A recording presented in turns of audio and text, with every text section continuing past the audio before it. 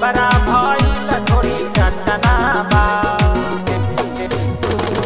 UP Bihar में घटना बा। Music by Amit Gupta. बड़ा भइल ढोरी चटना बा। माँ शीतला रिकॉर्डिंग स्टूडियो बिहार शरीफ। सुनाए भाई दिलवा के बात मगही भोजपुरी में बात बड़े खास। ए भाई जाना तरे कि ना। सुनाए भाई दिलवा के बात मगही भोजपुरी में बात बड़े खास। एक ही गो बात लेके रटना बा। यूपी बिहार में घटना बा। देवरा भइल ढोरी चटना बा।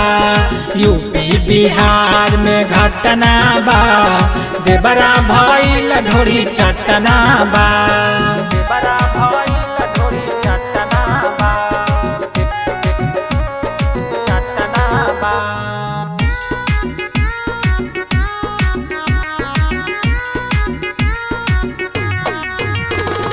यूपी बिहार में घटना बा।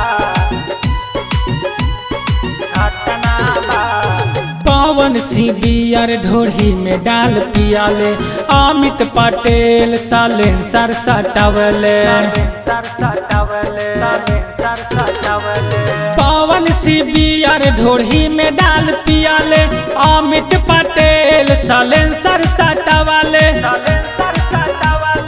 गुड्डू रंगीला चुप घोपले बा। यूपी बिहार में घटना बा। देवरा भइल ढोरी चटना बा। यूपी बिहार में घटना बा। देवरा भइल ढोरी चटना बा। बड़ा भइल ढोरी चटना बा। बड़ा भइल ढोरी चटना बा। Music by Amit Gupta. UP Bihar में घटना बा। घटना बा। पियरी माटी से मुनत रहे रानी। प्रमोद प्रेमी लगल रोके पानी। रोके पानी। लगल रोके पानी। पियरी माटी से मुनत रहे रानी। प्रमोद प्रेमी लगल रोके पानी। लगल रोके पानी। एगो छिलल एगो चटले बा। चटले बा। यूपी बिहार में घटना बा। देवरा भइल ढोरी चटना बा। यूपी बिहार में घटना बा। देवरा भइल ढोरी चटना बा।